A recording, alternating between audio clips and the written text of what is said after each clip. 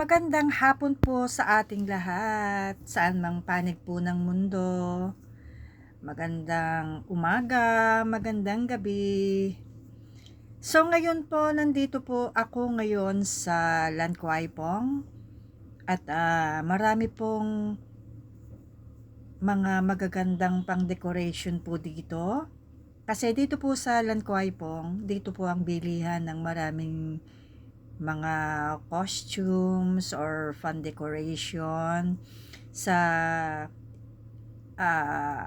kung ano man po yung okasyon na na napapanahon. Katulad po ngayon po is Chinese New Year, so ang mga nakalabas po ngayon na mga tinitinda nila is pang Chinese New Year. So ayan po yung decoration ngayon, napakaganda po at nagpupulahan po sila. So yan po yung lucky color ng mga Chinese, red or gold. At hindi lang naman po sa mga Chinese, kundi pati naman din po sa mga Pilipino. Talaga naman pong pag red is yan po talaga ang pinakalaking kulay natin. So ayan po yung iba-ibang klase ng ng mga paninda rito. So ayan po yung yung sinusuot nila pag Chinese New Year.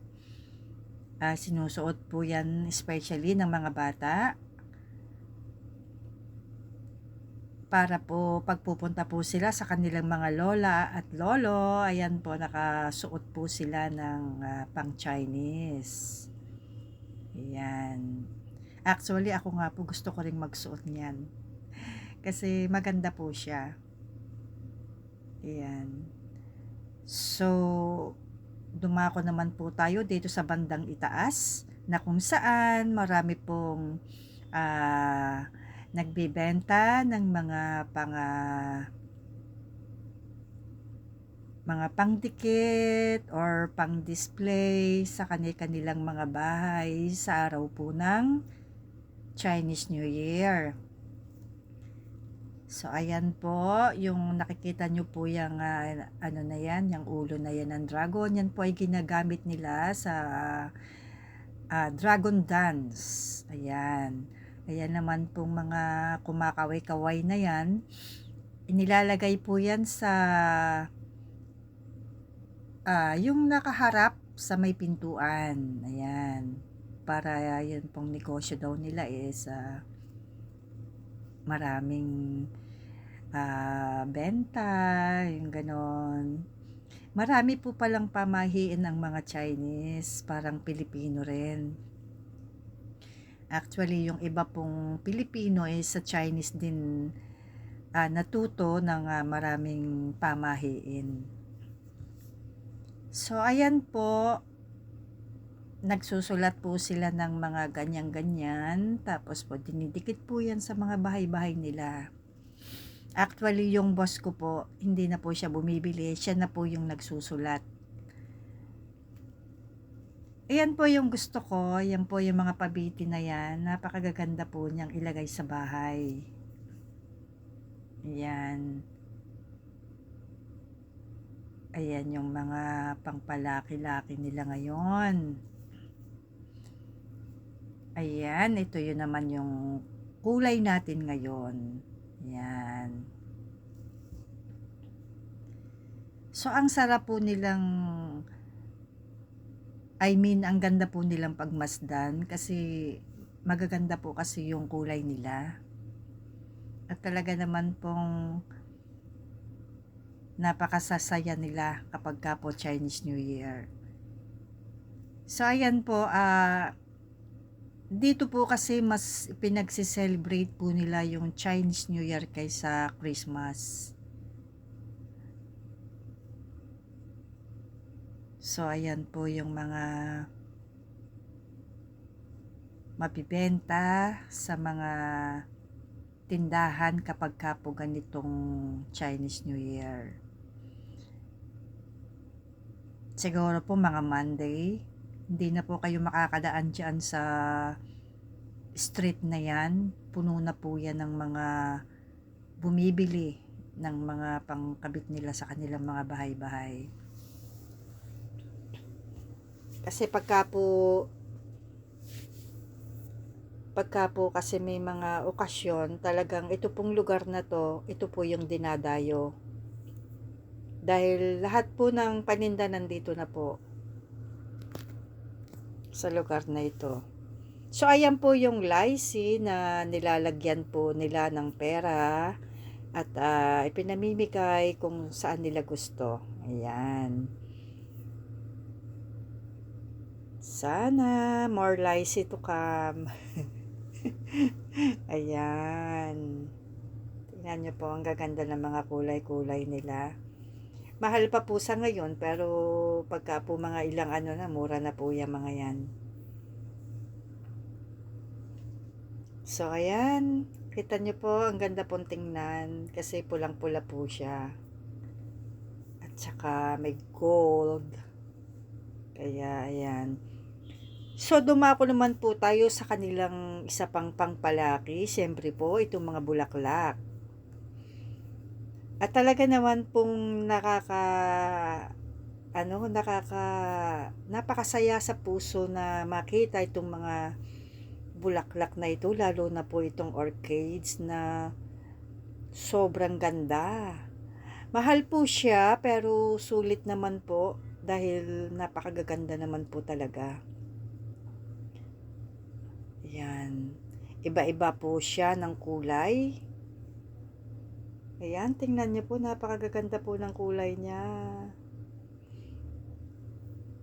Talaga pong pag dumadaan po ako sa lugar na yan, hindi ko po matiis na hindi sila tingnan sa sobrang ganda. Kasi mahilig po ako sa mga halaman, especially po sa orchids. Ayan.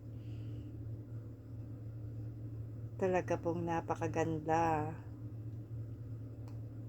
At saka talaga po yung kulay niya, oh, iba-iba.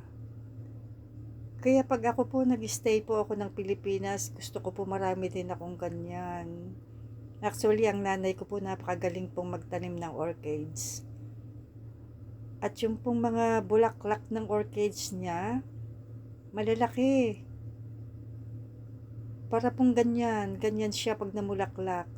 Kasi siguro po may mga tao kasi na magaling magtanim, yung malamig ang kamay.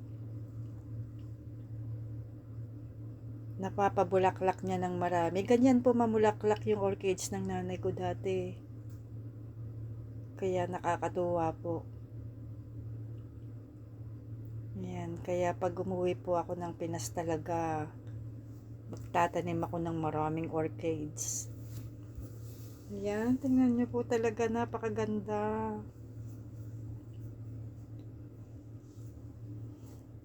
Ayan, marami pa dun sa likod. Kasi kapag malapit na po talaga yung Chinese New Year, naku, ubos na po yan. Kasi halos yan po yung binibili ng mga Chinese pang display sa bahay nila. Matagal pong maalis yung bulaklak na yan. Matagal po siyang malanta. Yung iba naman po, tinatago nila, kinikip nila yung tapos pinapabulaklak ulit nila. Pero, hindi na po ganyan kaganda pagka yung sariling ikaw yung nagpabulaklak. Kasi meron po si boss ko na ganito, itinago niya, tapos ngayon po, medyo may bulaklak na po. Hindi na po, maliliit na po yung bulaklak niya. Ito po talaga, nung binili, napakalalaki po ng bulaklak at saka maganda talaga. Kaya, gusto ko rin talaga na, na mag-alaga ng orchids.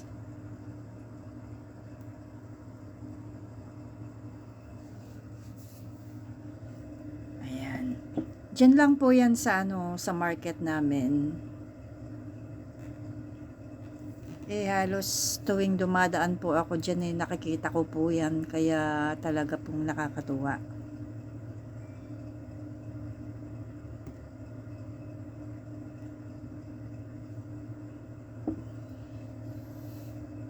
So, ayan.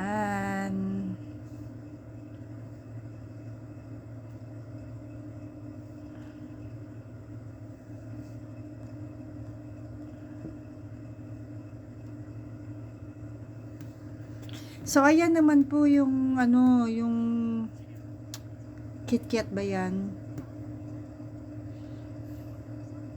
Na ano, napakamahal din po niyan, pero ayan po, nahuhulog lang yan eh. Hindi po nila yan kinakain. Napakasayang din po niyan. Ang mahal-mahal, pero ano, yung ginagawa lang nilang pang display. Tapos, kapag ka po tapos na yung Chinese New Year, itatapon na po nila yan. Hindi na nila pinapabunga. Pero yung iba, na meron namang paglalagyan, ayun, kinikip nila. Pero usually, tinatapon na po nila yan. Ayan, tingnan nyo po, napakaganda. Puno ng bunga. Meron pong mas malalaki pa dyan. At yan pong orchids na yun, kung makikita nyo, napakalalaki po ng bulaklak niyan. At yan po talaga yung super mahal na orchids. Ayan.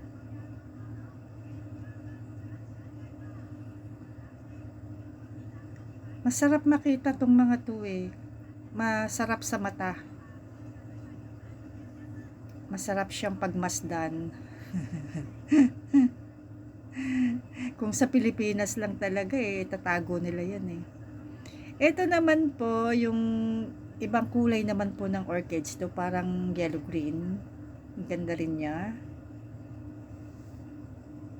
Ayan, ito naman po sa kabilang side naman po ito ng ano ng market.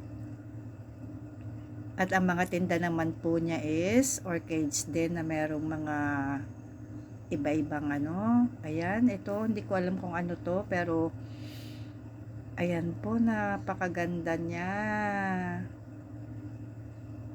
Ayan, tingnan niyo po. Matagal pong masira yan. Kasi dati po, bumili yung boss ko niyan. Madali po siyang, matagal po siyang masira. Ayan, pero ang ganda rin po niyang pang display. Ayan. So, ayan po ang binibili ng mga Chinese kapag ka po Chinese New Year. Yan po yung mga pangpalaki nila. Ayan.